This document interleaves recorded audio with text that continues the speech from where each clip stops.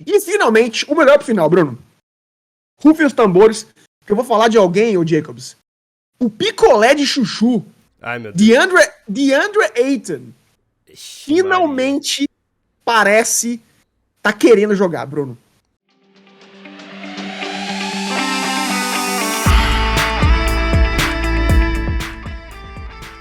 Opa, vamos começar aqui mais um bloco do 3 pontos e a falta para falar hoje de Phoenix Suns, né? O pauta aí é o atual líder da Conferência Oeste, 14 vitórias, 6 derrotas, um desempenho que não é surpreendente para o Suns tendo em vista o que eles têm feito nas últimas 2 temporadas, porém é um desempenho surpreendente tendo em vista as múltiplas crises que o time do Arizona tá passando desde a off-season, né? Tá com problema na gerência do time, que o dono vai colocar à venda, tá com problema na equipe em si, teve toda a questão do DeAndre Ayton, que tentou sair e não saiu, Chris Paul lesionado, mesmo com todos esses poréns aí, né? Jay Crowder também querendo ser trocado, mesmo com todos esses poréns, o Suns continua no topo da Conferência Oeste. A gente vai analisar esse feito aqui, que é, pra mim, bastante impressionante.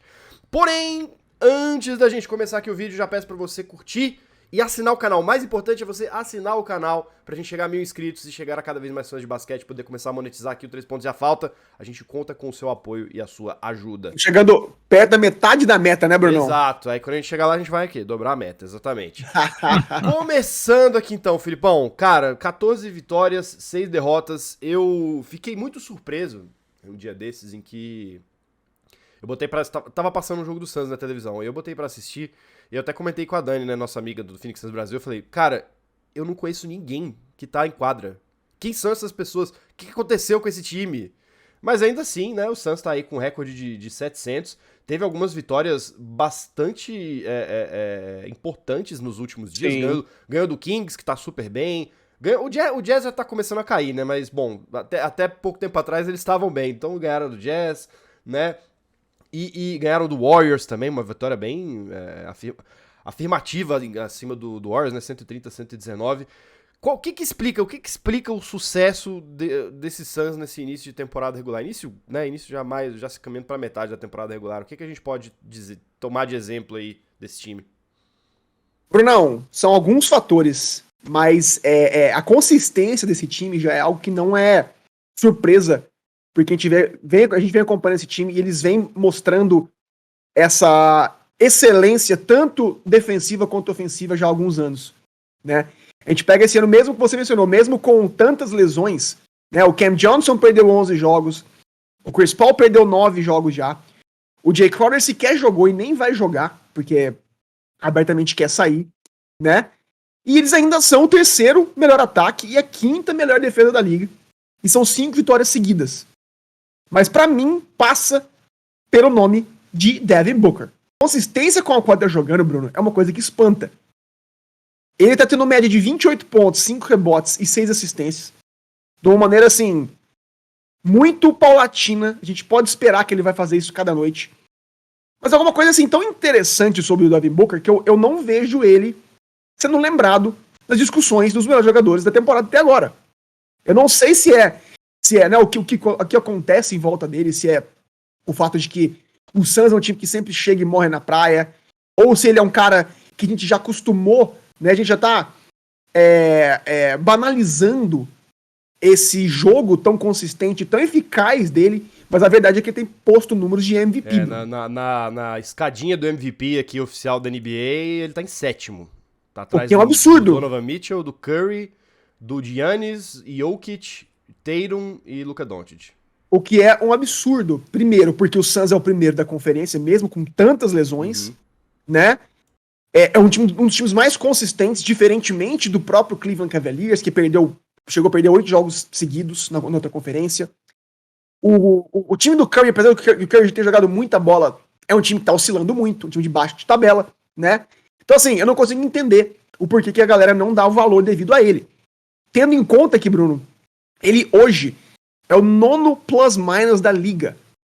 Ele tá positivo 133, que é um número muito expressivo, porque talvez fosse a única carência, a única crítica que as pessoas faziam ao Devin Booker era a defesa. Só que esse ano, né? A gente colocou ele no top 10 de jogadores que em quadra o seu time vence por mais pontos. Então é muito expressivo, sim.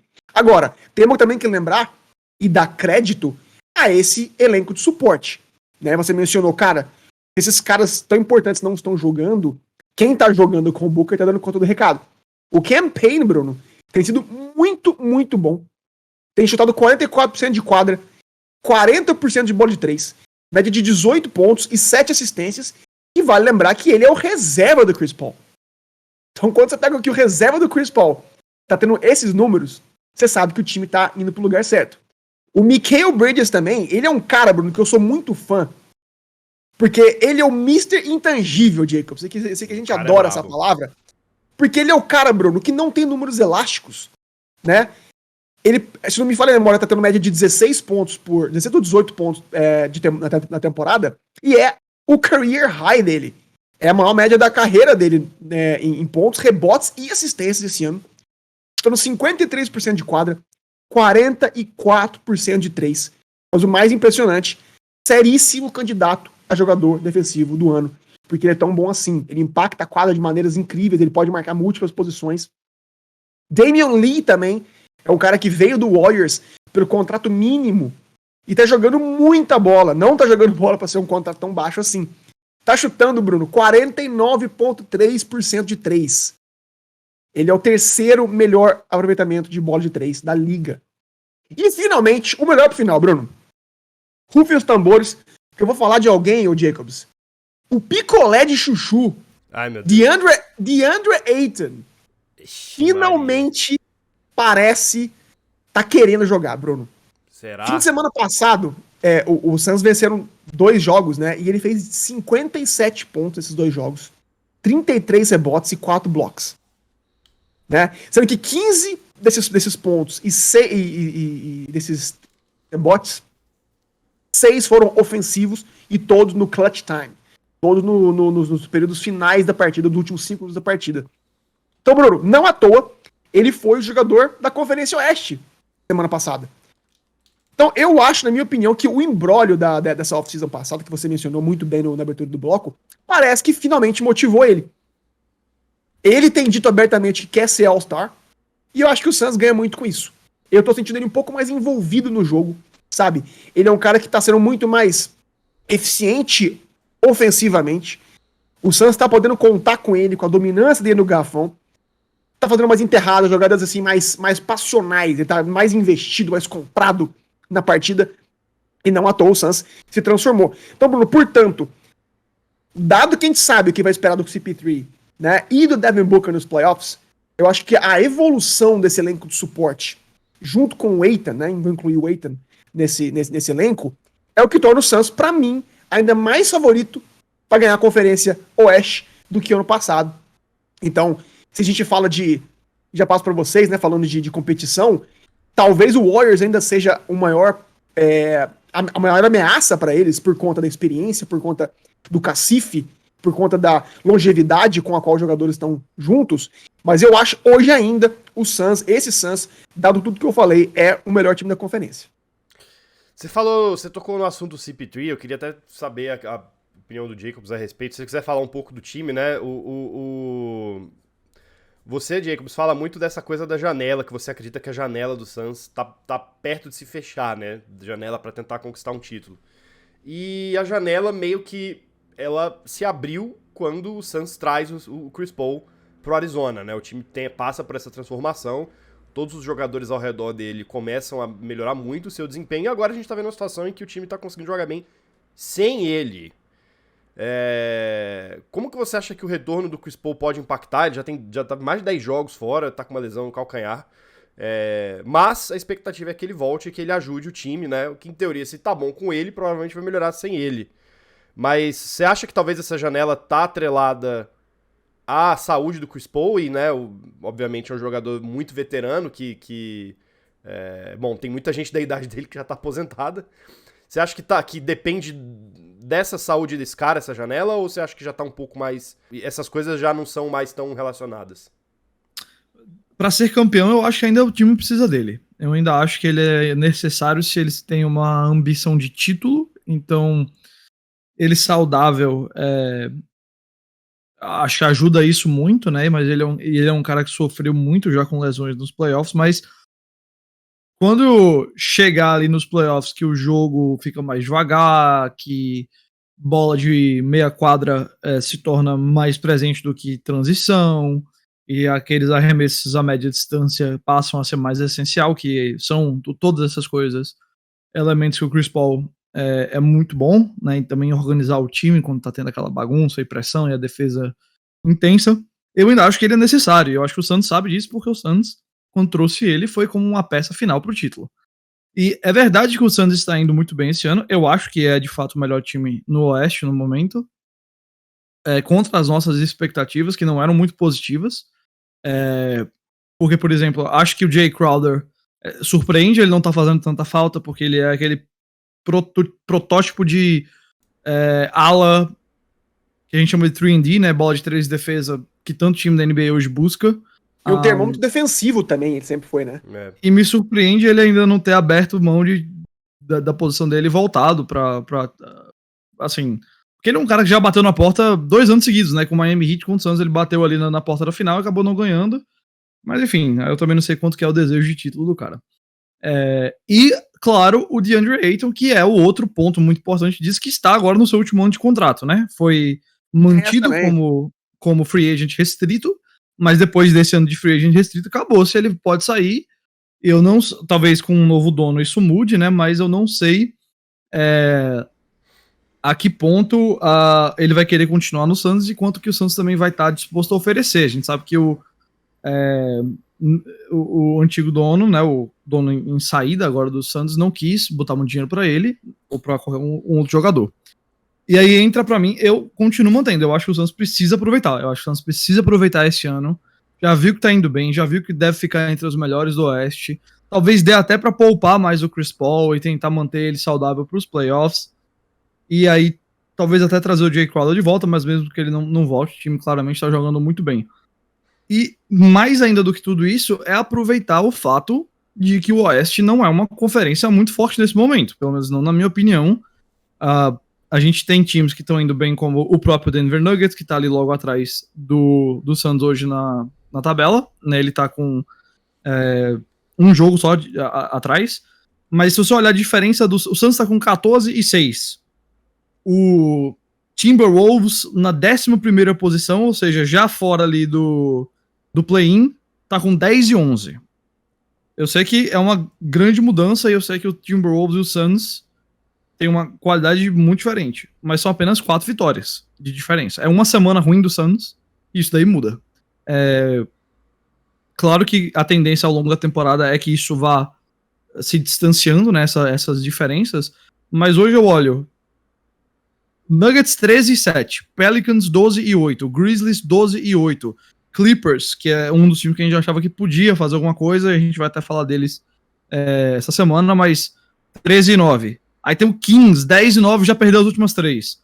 Trail Blazers, 11-10, perdeu 7 das últimas 10. Jazz, que tava aquele ótimo começo e como eu previ, ladeira abaixo. Perdeu 8 das últimas 10, 5 seguidas. Mavericks, trouxe agora o Kemba Walker, vamos ver se faz alguma coisa, mas claramente a perda do Jalen Brunson foi enorme, 10-10. Literalmente 500, né? 50% de aproveitamento. Warriors, 11-11, também. Uma decepção da temporada. É quase como se tivesse começado a temporada com seu líder emocional socando um jogador jovem. Não sei como isso aconteceu, mas parece que sim. Lakers, não preciso nem falar, descendo lá para baixo para 7-12. Eu olho qualquer um desses times, até vamos supor que o Warriors engate depois e vá para os playoffs, né? Ele tá no play-in nesse momento. O Clippers, até mesmo que tem ali o Kawhi e o Paul George, você tem medo de algum desses times? Você acha que o Suns não tem nenhuma chance numa série de 7 jogos contra algum desses times aí? Entendendo isso que provavelmente o Suns terá mando de quadra, eu acho que o Suns tem chance em qualquer jogo desse. O Suns tem apenas uma derrota em casa na temporada. Dentro da Conferência Oeste, contra adversários da Conferência Oeste, o Suns só tem 3 derrotas.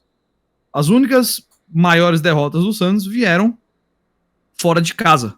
É isso que acontece com o Suns. Uhum. Então, eu olho pra isso e penso, o Suns tem que aproveitar. O Suns tem que dar um jeito de... viu que o Clippers não engatou. o Lakers é uma tragédia e o Warriors tá decepcionando, rapaz, entre qualquer um desses outros competidores no Oeste, que pra mim hoje em dia eu botaria Suns, Grizzlies, Pelicans e Nuggets como os competidores no Oeste, qualquer um desses tem condição de derrotar qualquer um dos outros. Então, acho que o Chris Paul é importantíssimo, especialmente quando chegar nos playoffs. Acho que o time pode até pensar em poupá-lo, já que tá vendo que não depende dele, mas o Chris Paul também, vale lembrar, não estava tendo o melhor ano antes da sua lesão. O Chris Paul estava tendo um ano de apenas 36% de aproveitamento de quadra. Não é um número péssimo, mas para ele é um cara que normalmente chuta perto dos 40%, ou até acima. Bola de 3, apenas 27% ele estava tendo esse ano. Então ele não estava... Tudo bem, o Chris Paul nunca foi o cestinho do time, mas ele não estava sendo mais eficiente, como ele já foi, tirando, claro, na questão de assistências, que ele ainda tinha média de 9.4, média dele da carreira 9.5, então muito bom isso daí.